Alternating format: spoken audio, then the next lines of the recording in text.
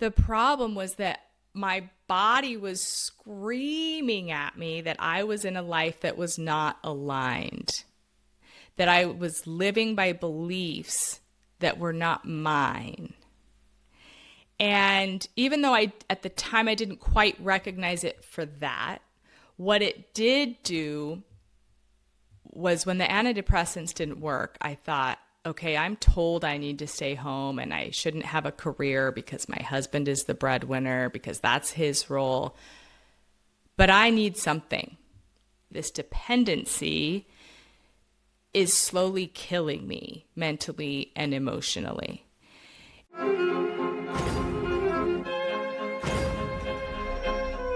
Hello, welcome back. This is Andreea Parc. And Alexa Dimitru. And this is Alive Again podcast. And today's guest works with women who left the Mormon church and then realized the church hadn't left them. The people-pleasing, the guilt, the fear-based parenting. The institution was gone. The patterns it installed weren't. Audra, Well done. Phelps is a neuroscience-based coach and creator of the Reclaimed program. 15 years in coaching, 13 years working internationally with women across vastly different cultural contexts on identity, shame, and inherited behavioral patterns. What she's found isn't a religious story, it's a systems story. And it's exactly the kind of mechanism we examine on this show. Audra, thank you so much for being here today. Such a pleasure to have you. Thank you for having me. I'm happy to be here. It is so interesting that we had so many guests and we discussed about various things, but we've never touched upon this subject. And as we know that the Mormon church is based on some patterns and some rules, and we know that people believe they choose freely to be part of this. I would like to start by asking you to walk us through the process, how people get into this and how they believe it's their own choice and they believe it's their own truth, and what happens when they realize it's not. I think it's good to recognize some of the mechanisms behind all of that. For your listeners that don't know very much about the LDS faith or Mormon religion, you can call them both. So the full name of the church is the Church of Jesus Christ of Latter-day Saints, but they can be called LDS or Mormons. So all the same when you hear that used interchangeably. So for your listeners who don't know very much about the church, it's definitely a high demand religion, high control religion. It's more than just a belief in God and going to church on Sundays. It is your entire lifestyle. It's your social structure. It's who you hang out with. It's what you eat and drink is determined. I mean, down to the smallest detail of your life. So you really don't have room to make any real decisions about who you are or the thoughts you're going to have or the behaviors you're going to have, because especially as a woman, your life is largely dictated to you. You're told. So I was born and raised in the church, and I was told from a very, very young age who I was. I was a daughter, I was a wife, I was a mother. That was my prescribed path in life. And every church lesson referred back to temple marriage. So Mormons have a temple that they go to be married and have certain ceremonies done. It's different than where you go on your weekly Sunday church service. So temples are like a special building that you go to for special ceremonies. And so I knew that I would get married in the temple at a young age, and that my number one purpose as a woman was to bear children. was to have kids, to bring kids to this, to give them an earthly body and build the kingdom of God here on earth. So, I mean, this is something that's conditioned in you from the moment you have a cognitive thought as a child, right? The Mormon church is also very insular. So you are surrounded by other Mormons. They keep you very busy with activities. You have what's called a calling, which is basically you're given a volunteer position, you know, and so you stay very busy. You're surrounded with other Mormons, and there's a little bit of an us versus them, Mormons versus everybody else. We're a little bit better. We have the full truth. You know, these are the kinds of beliefs that I had as a child. And when I left the church, I was 35. So I had those beliefs for 35 years, right?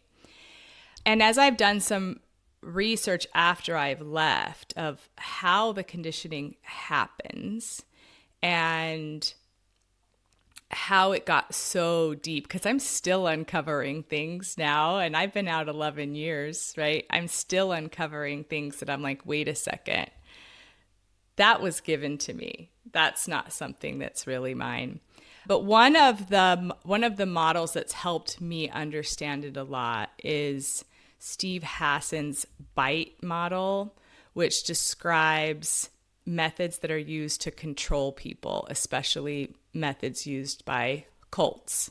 You know, many people don't like that word cult, but when you look at the definition of a cult, definitely the Mormon church fits in to that.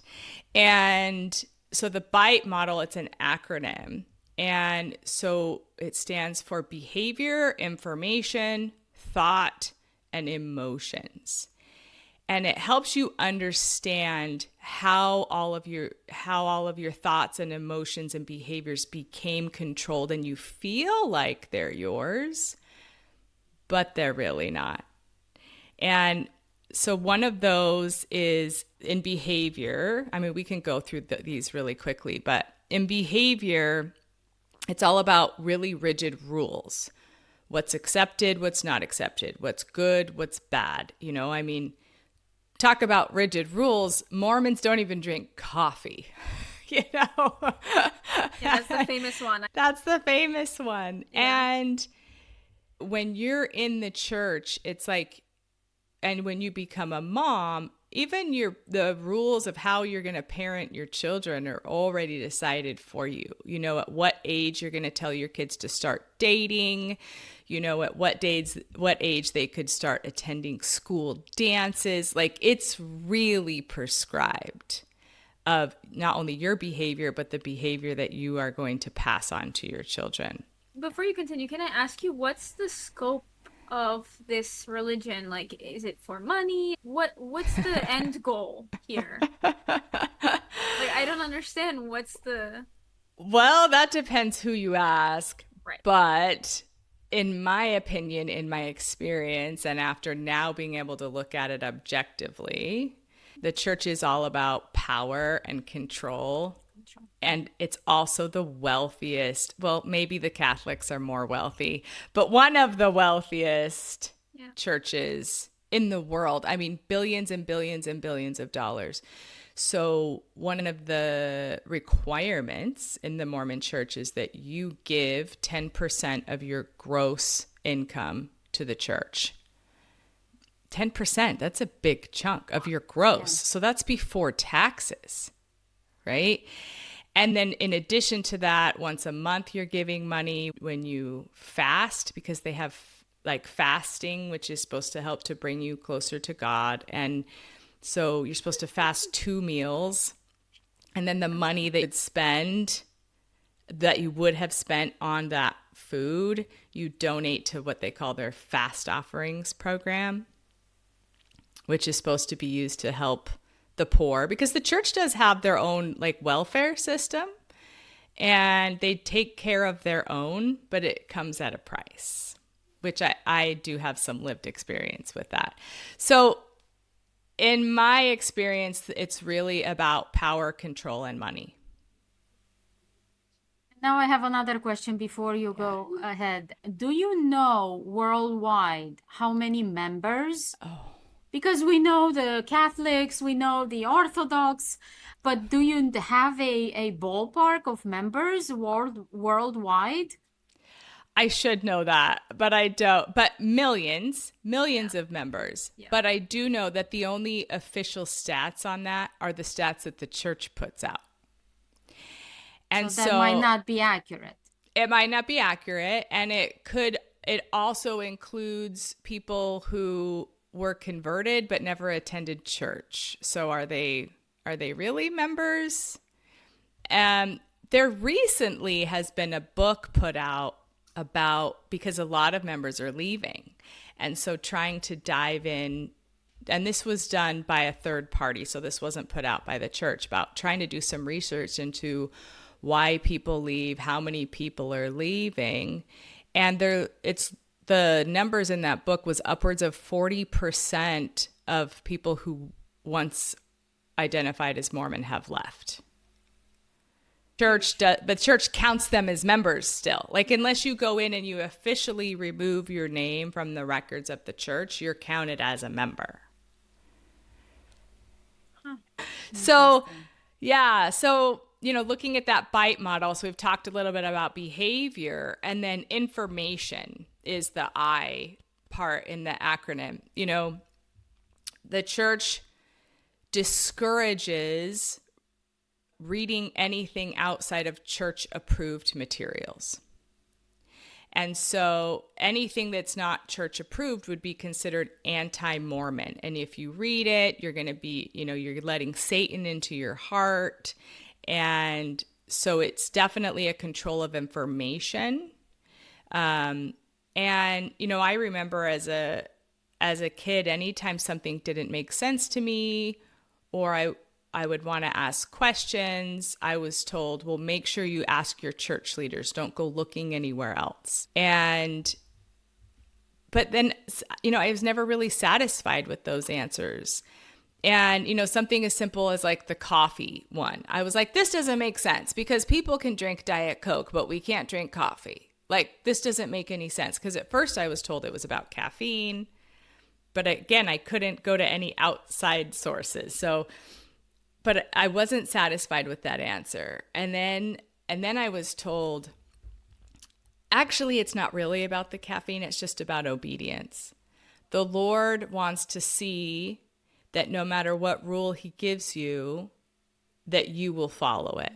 Yeah. Because the Lord works in mysterious ways, and you don't have to understand how he works.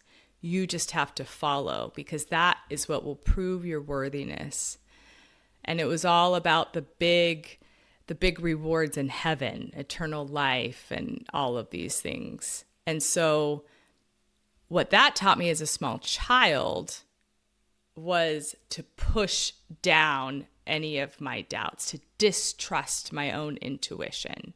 And I was constantly giving my power away to an external authority, and constantly just blindly accepting whatever they said, thinking that, well, they're closer to God and they know better than I do. And if I want happiness and eternal life and all these big blessings, then I just need to follow. And then, that goes along. I mean, I've kind of already gone into the T of the bite model, which is thought, which is very much like an all or nothing, in or out, us versus them, good or bad. It's a very polarizing mindset, So you're either righteous or you're sinful. Like there's no in between there. And Mormons believe that they have this restored gospel on the planet, the one true church, that every other religion out there only has pieces of it. They don't have the full truth. And so if you want real happiness, Mormons are the only ones that have that. The others have temporary, superficial happiness. So, what did you think of that as a kid? As a kid, what it taught me to think about myself was that I was special. And that I had something others didn't have that made me a little bit better than them. And also in the church, they have one of sort of the requirements, and their tagline for this is every member a missionary. So you were taught that if you had friends who were outside of the church, that was fine. But there's always the ulterior motive of you need to convert them. You need to give them a Book of Mormon. You need to invite them to church. And there was a little bit of guilt if you didn't. Like, I hadn't remembered this for a long time, but the other day I was thinking about that and I thought, you know what? I was in elementary school, like 5th grade, and I remember my best friend, she wasn't Mormon, and I remember being at her house trying to convert her parents. I was like in 5th grade, you know. And I was a kid. I was just doing what I thought was right. I was doing what, the only thing I knew how to do. It's what I was taught from my parents, is what I was taught at church. It was what my other Mormon friends were doing. So it just was normal to me to do that. Does it come from a place of, I'm afraid that my friend is going to go to hell? Or does it come from a place of, I know my friend isn't happy and I want her to be happy? From a place of fear. It's definitely from a place of fear of, if I don't share this, then they're going to go to hell. And then it's my responsibility because I could have shared and I didn't. Okay. So there's a lot of fear that if you don't share, that then you're responsible if their life is miserable because you could have helped to make their life better. Right. Yeah. But if everything was so closed, how you got to meet other people? I grew up in Southern California, so it's not like I was in a compound of just all Mormons, right? So I went to public school, so I had friends who weren't Mormon. But remember that the church keeps you really busy socially.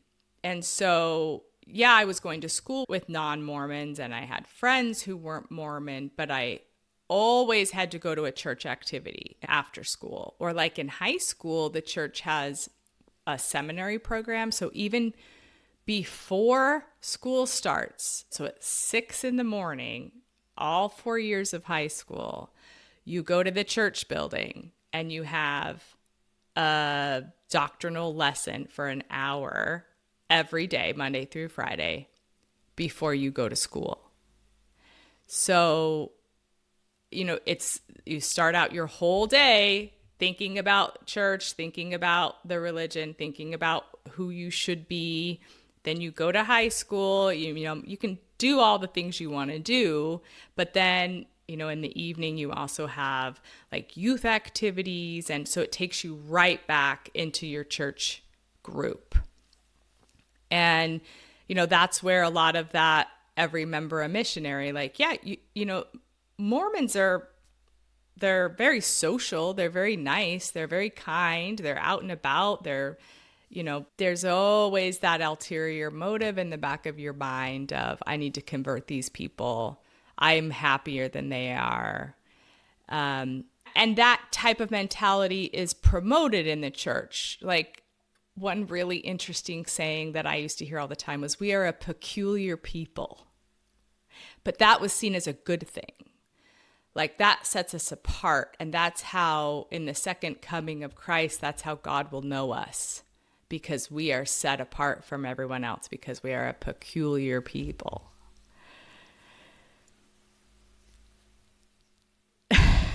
I see a lot of interesting looks, a lot of confusion. And that goes right into the E part of the BITE model, which is emotional, which is where you feel chosen, you feel special. There's a lot of guilt if you aren't following, the things that you're told. If you're drinking coffee, you feel like you're going to go to hell. If you're not giving your friend a Book of Mormon, you feel like you're responsible for that. And then also, what I was talking about earlier, a lot of emotion blocking techniques.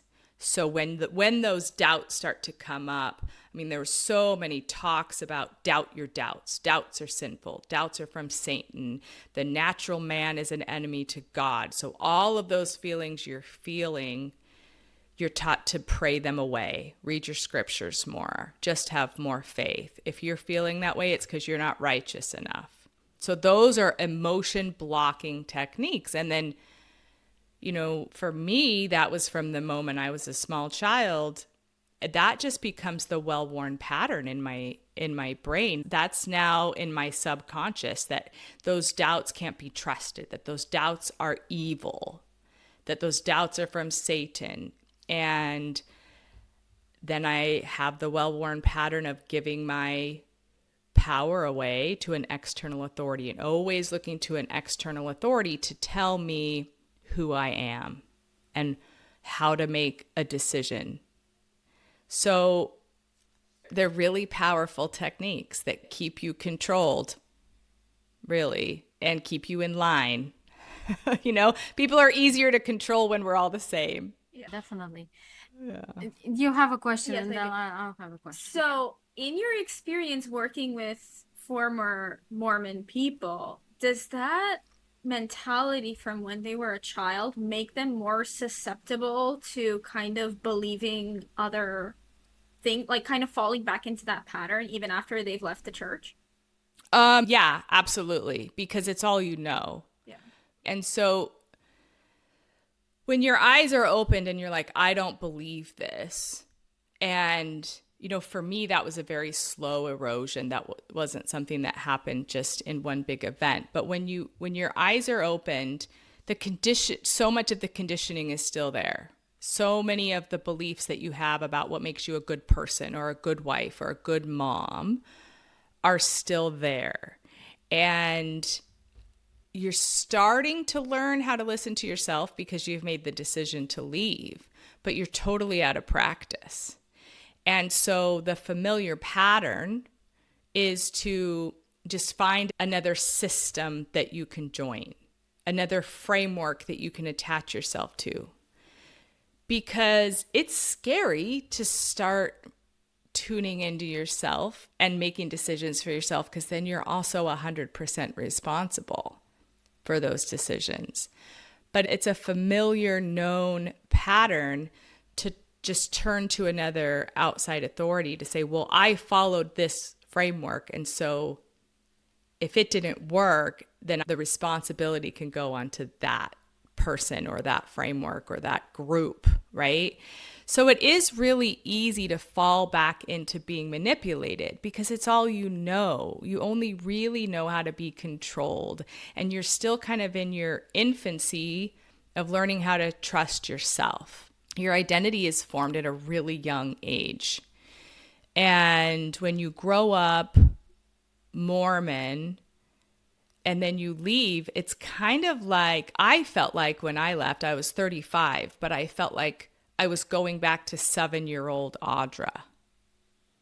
And then I had to grow up all over again. So I was in my infancy again of figuring out the world, of learning who I wanted to be. And I was doing it at the same time as raising kids.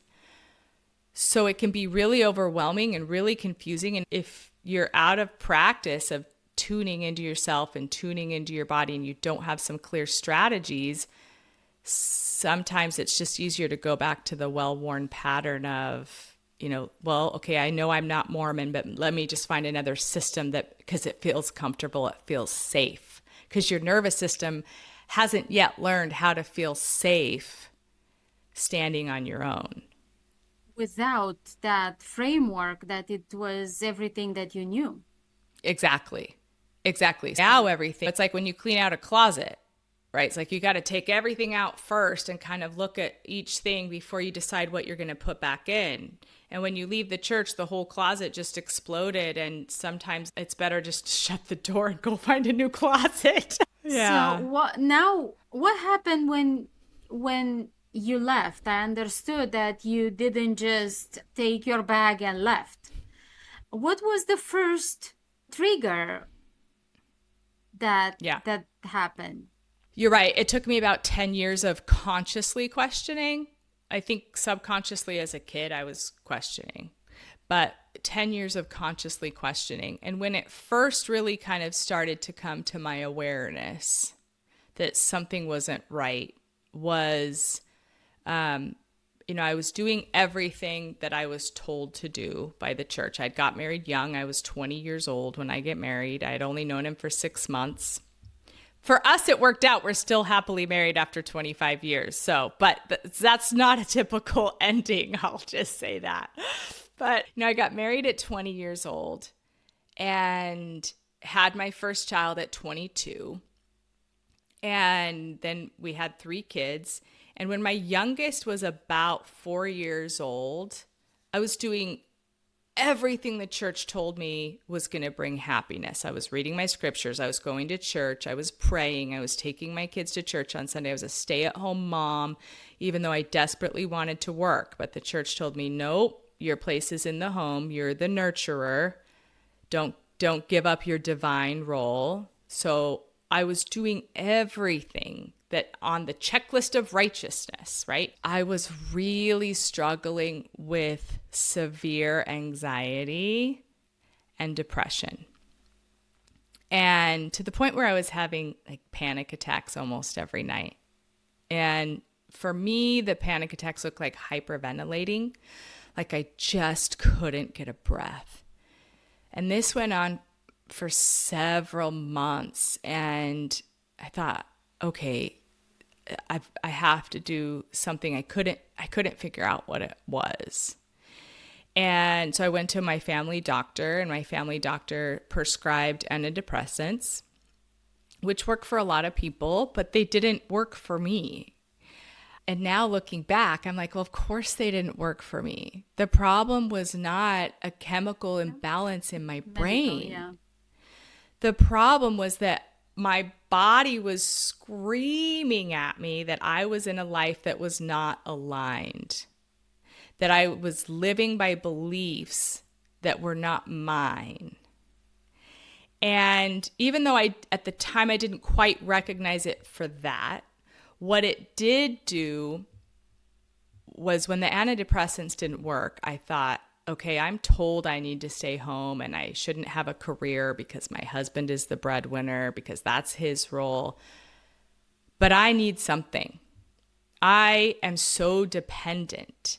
And this dependency, so I saw it as dependency. This dependency is slowly killing me mentally and emotionally.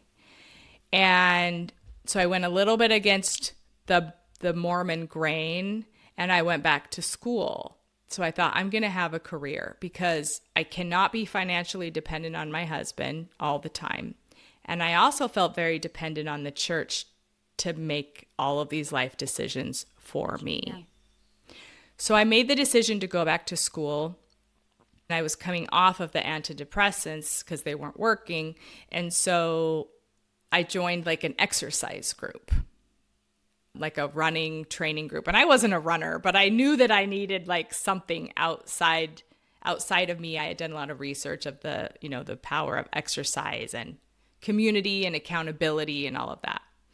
So those two things were happening at the same time. I go back to school and, I was courageous enough to go back to school, a little bit against the Mormon grain, but not quite courageous enough yet or self-aware enough yet to choose a career that was really based on what I wanted to do.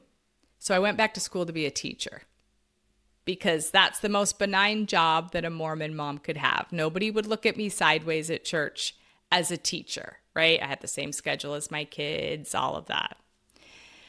But the thing that I started to notice there in those two separate communities, so my school friends, I was starting to make a lot of friends at school who were not Mormon, and I was also starting to make, in my exercise group, have a friend group that were not Mormon. And I noticed this stark contrast between the friendships I had there and the friendships I had at church.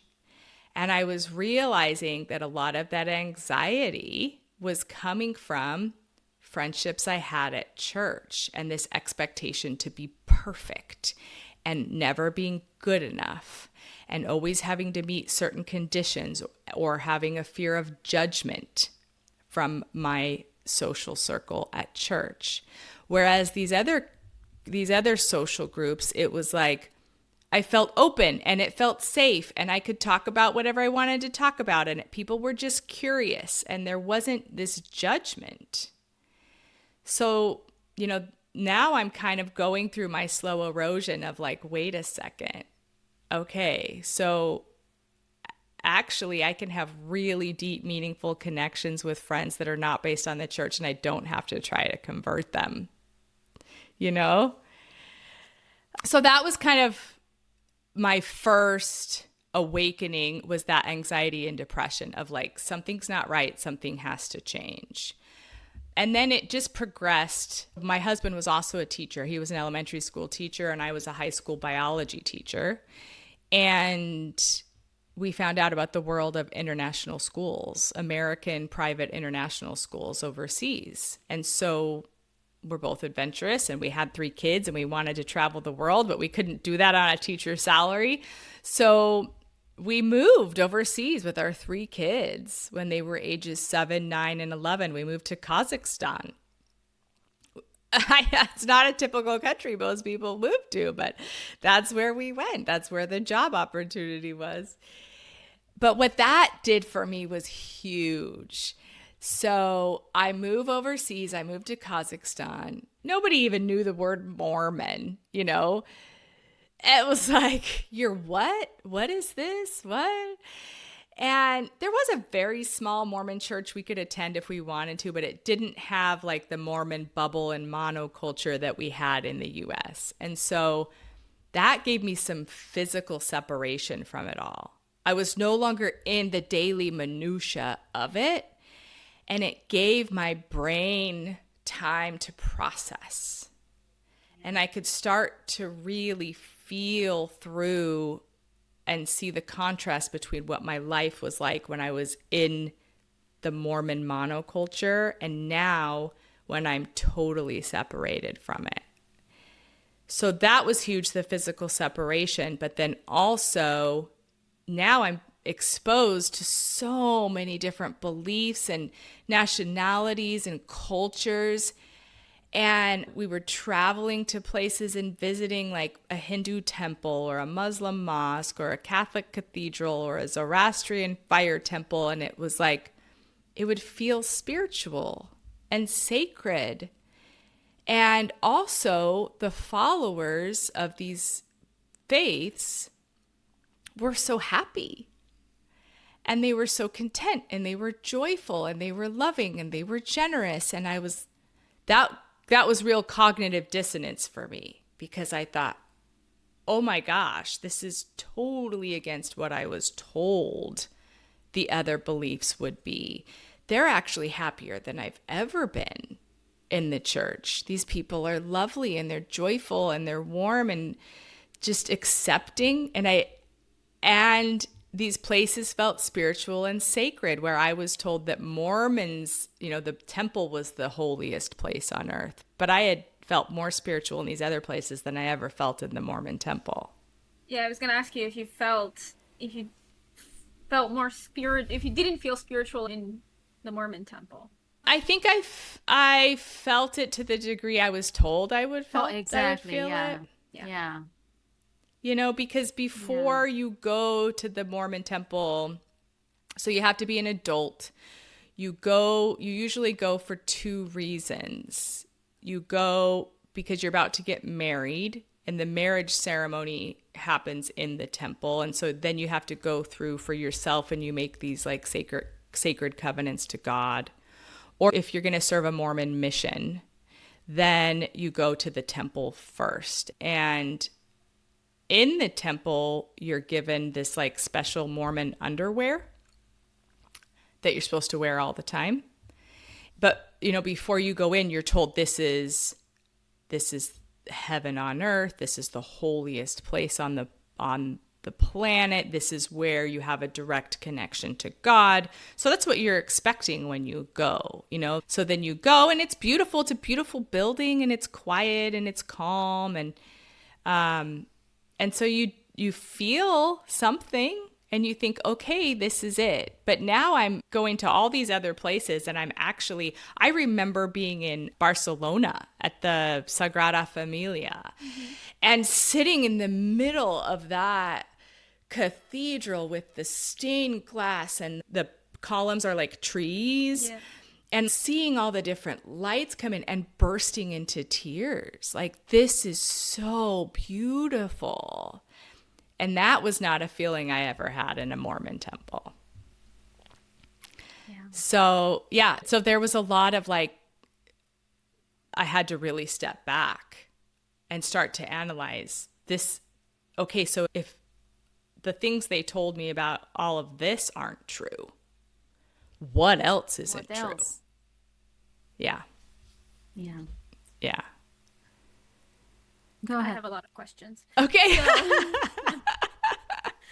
So, Mormonism, now with the age of social media, has been getting a lot of press, both good and bad, which I'm assuming benefits the church regardless, because all publicity is good publicity. But what does that look like from a perspective of a coach helping people that are leaving Mormonism to be seeing people who are presenting this perfect life or presenting this really horrific life?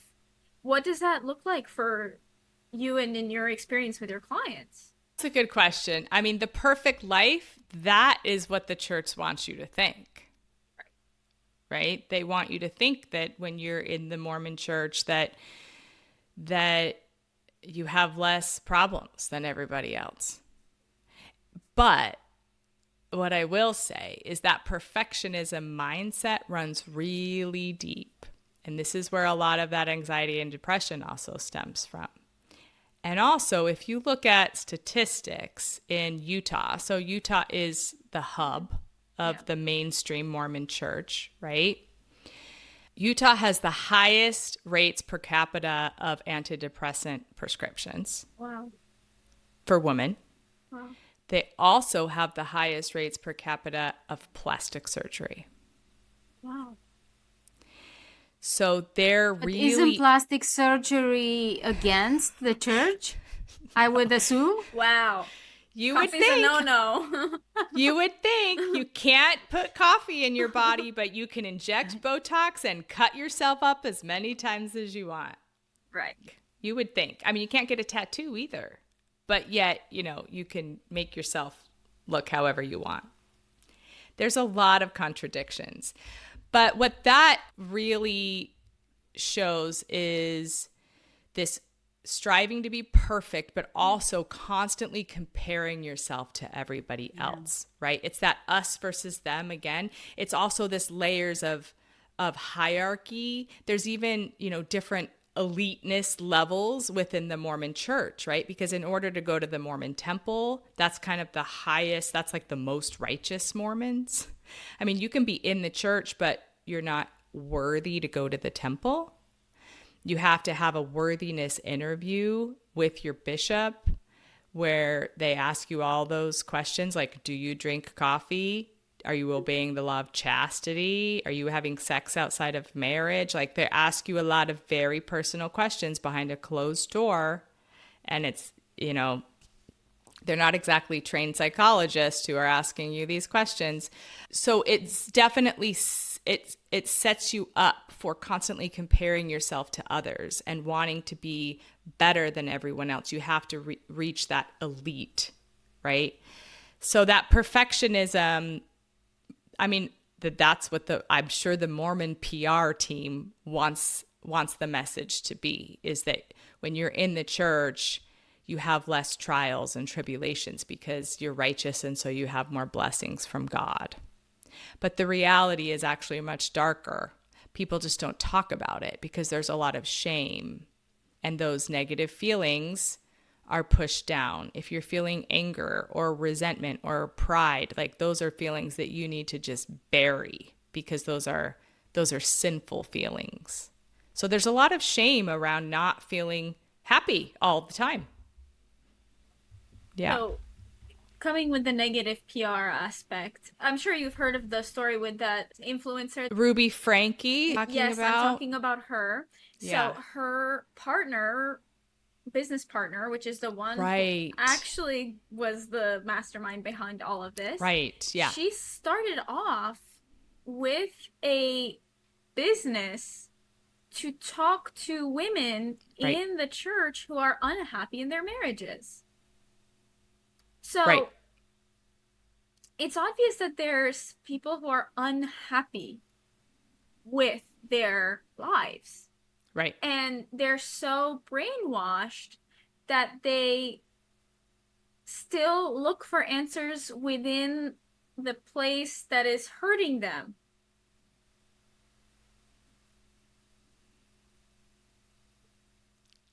I was waiting for a question. I don't know if there's a question.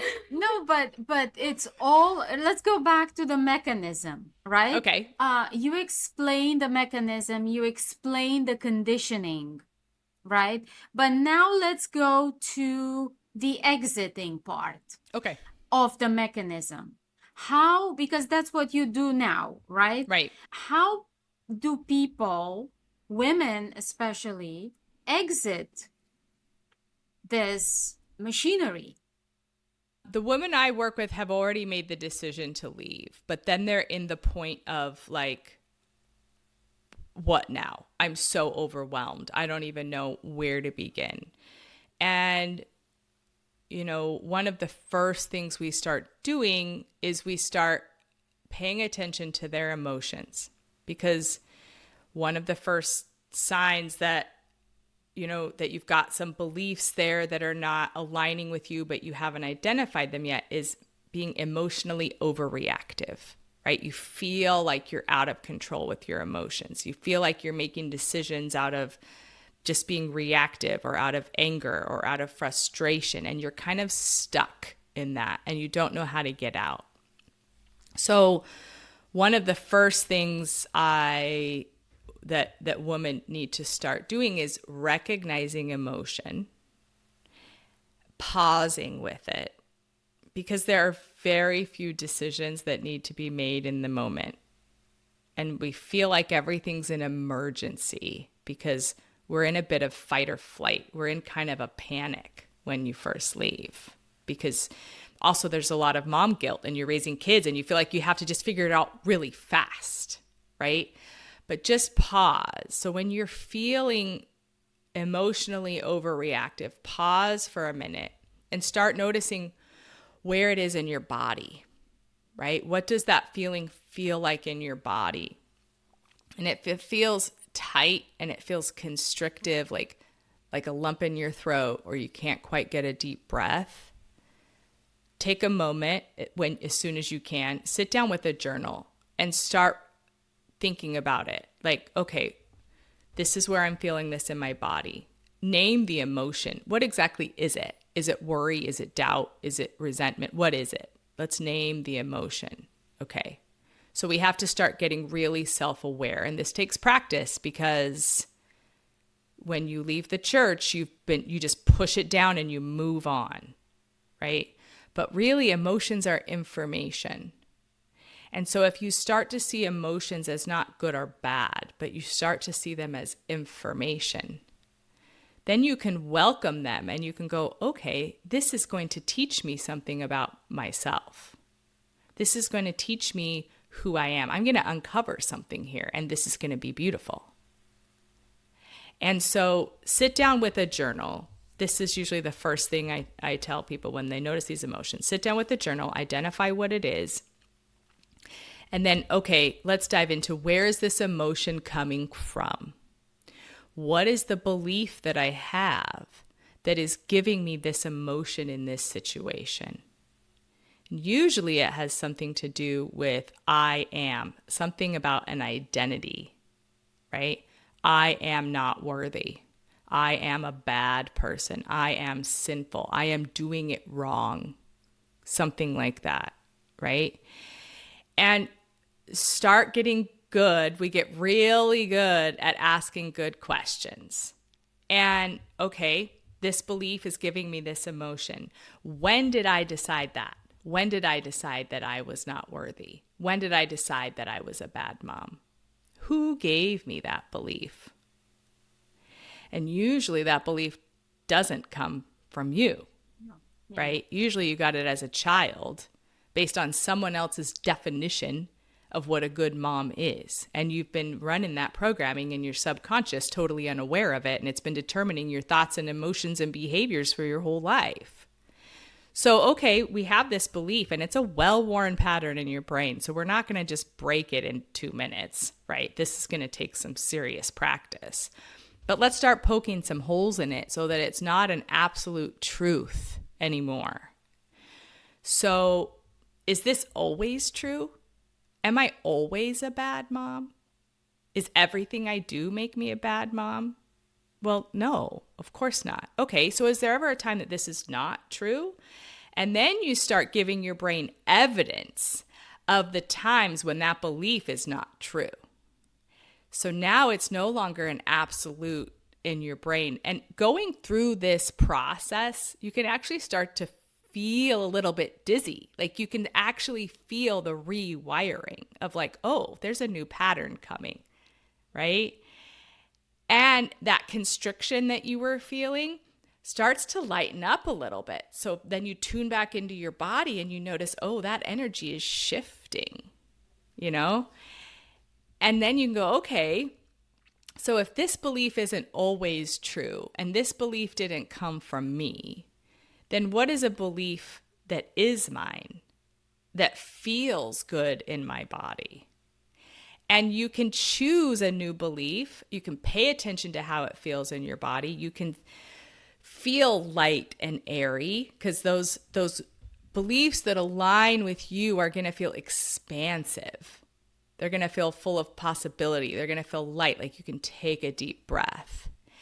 And then you can go, okay, so that's a belief that aligns with me. Now my job is to start looking for evidence of that belief. Because as you look for evidence of it, you're going to make that new neural pathway in your brain become a more well-worn pattern. Yeah. Exactly.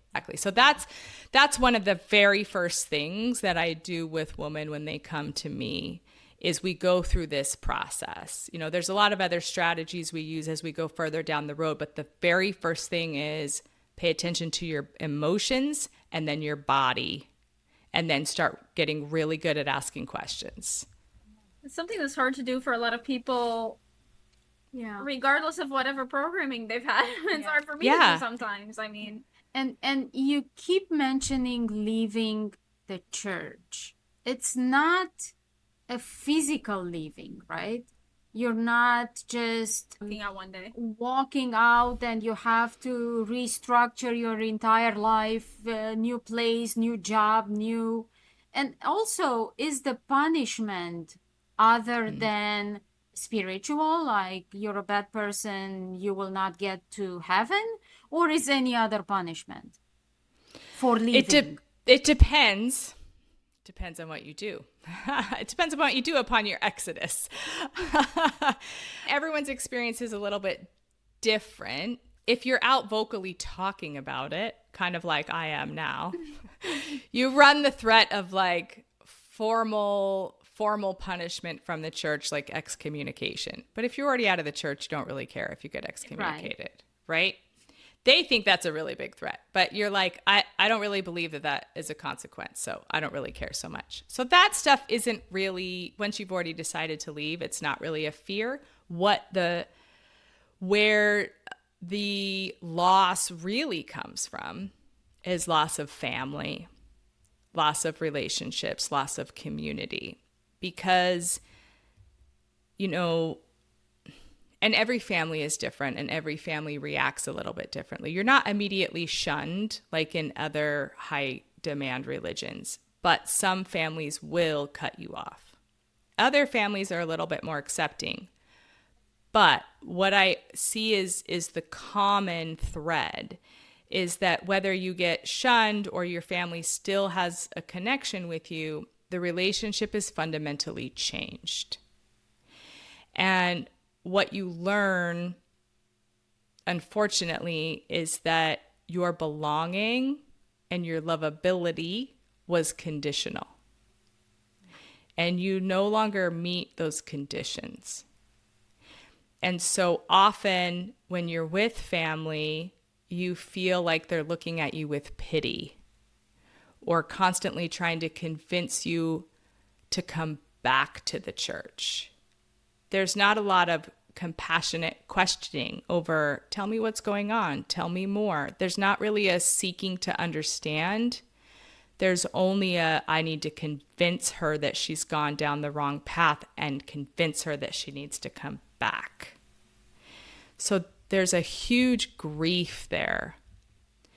And it's different than the grief when someone dies, because that person is still in your life, that you're still seeing that person, but the relationship has changed to a point where you feel like you don't meet their conditions to be a fully accepted family member.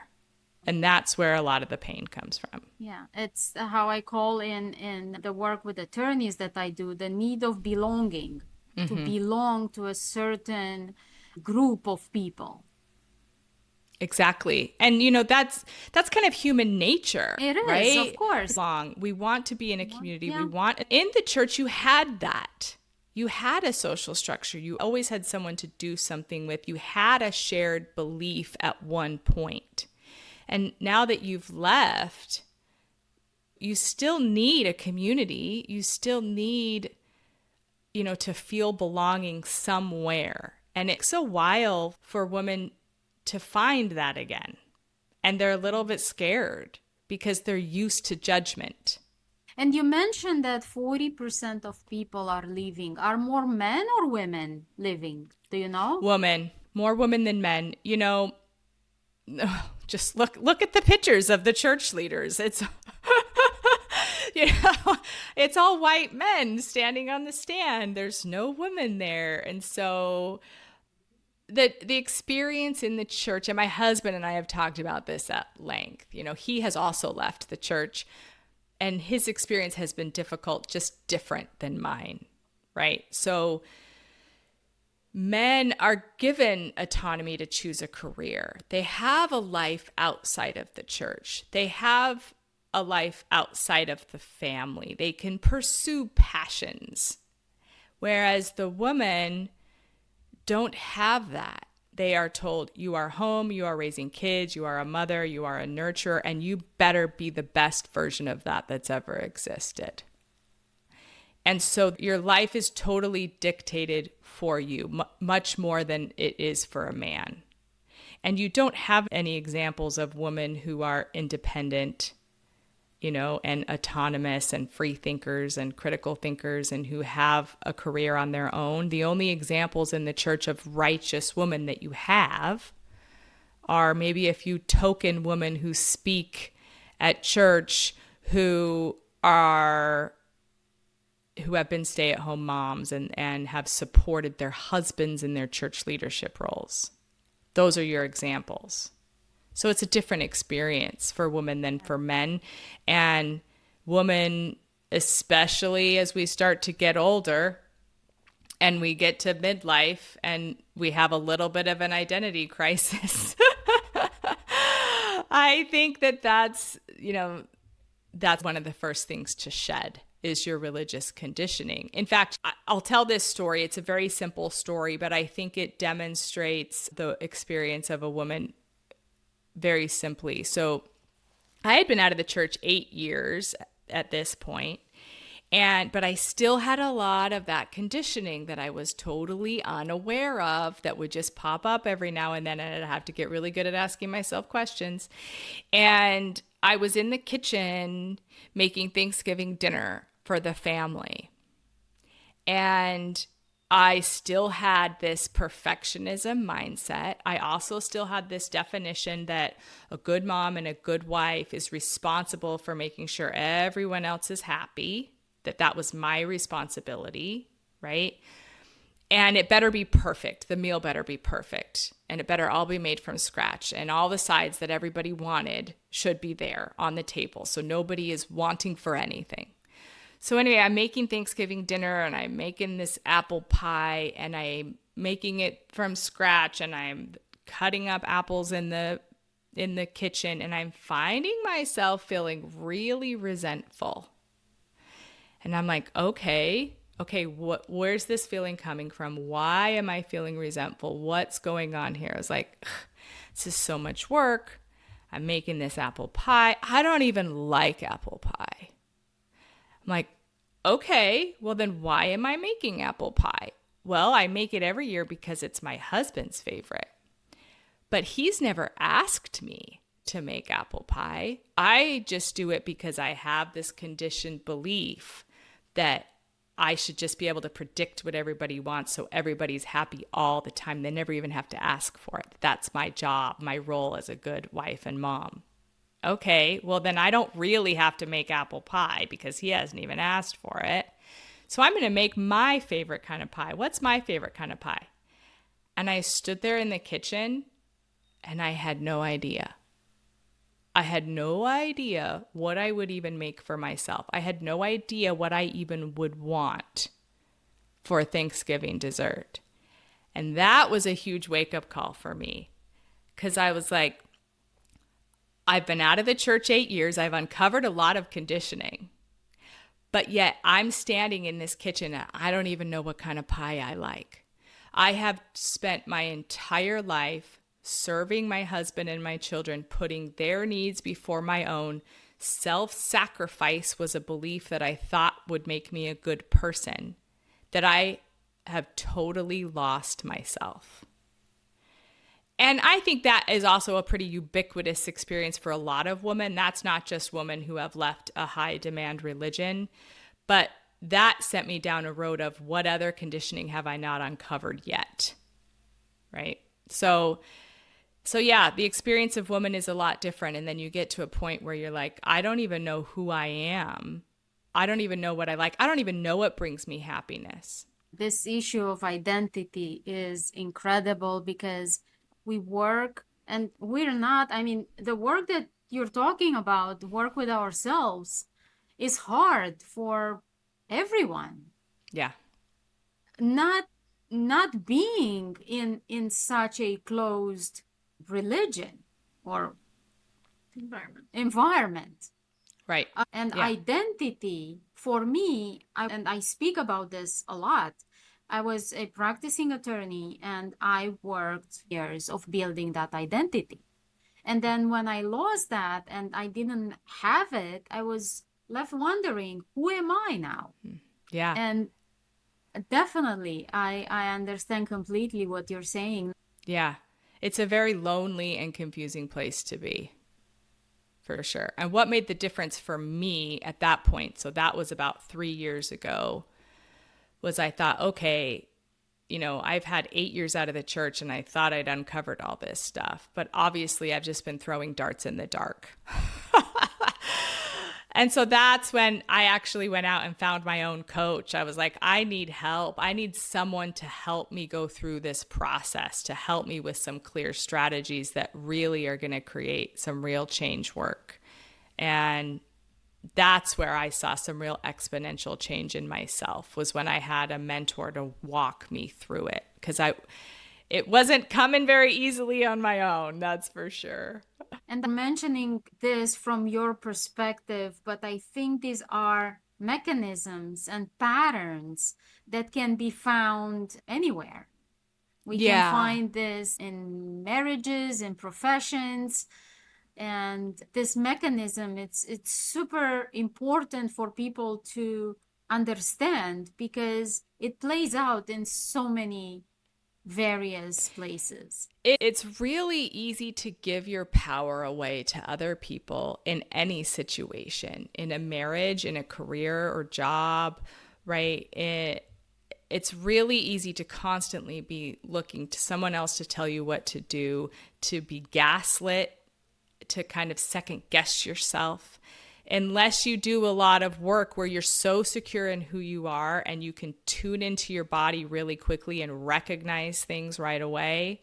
But that takes some deliberate work to get to that point. I had so many questions, but I think we went through a lot. And I still have a lot more questions. I'm fascinated. So we're going to have to do a part 2. Sounds good. I'm ready. So now that we're approaching the end, I want to ask you, do you have your own pattern recognition that you work through for your own life? That's a good question. Yeah, I'm constantly self-aware. I think the biggest thing is tuning into my body. Anytime I notice that constriction, anytime I notice it, I'm like, okay, there's something there. And maybe I'm at a social event and I can't exactly sit down with a journal in that moment. But I have a routine every morning that I go through where I kind of dive into feelings in my body, things I need to question with. I have a thinking chair while I'll sit and process things. And I give deliberate time for that because it's really easy to get caught up in the busyness of every day. But I schedule time every morning when I wake up before I start anything to just sit and process. And one of the first things I do, is I start off my day with a real sense of gratitude, because gratitude is one of the highest feeling emotions you can feel. And when you're feeling gratitude, it's impossible to feel any of those lower emotions. When I can start my day off that way, then it sort of reminds my brain to be looking for evidence of that throughout the day. And then my brain is going to be looking for evidence of things to be grateful for rather than things to be annoyed by, right? And that shifts the story I tell myself about the world, the story I tell myself about life, the story I tell myself about what's happening is when my brain is looking for gratitude rather than frustration, then it does actually shift your reality. Yeah. So or blame. Yeah, or blame. Exactly. So because it's so easy to point the finger to something else. It is very easy, but when you are living your life where you are the only opinion that matters, you are the only authority in your life, and you are responsible for how the direction your life goes in, then blame starts to fade away. So every morning I dedicate time to myself, to journaling, to gratitude, and that has been really transformational for me. Well, thank you so much.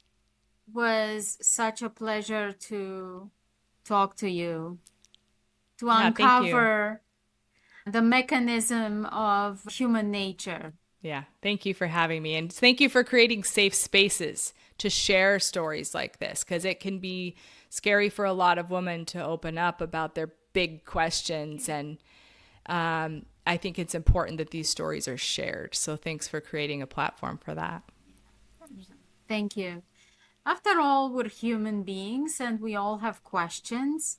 And if we don't allow them to surface, we won't be able to get the answers. Absolutely.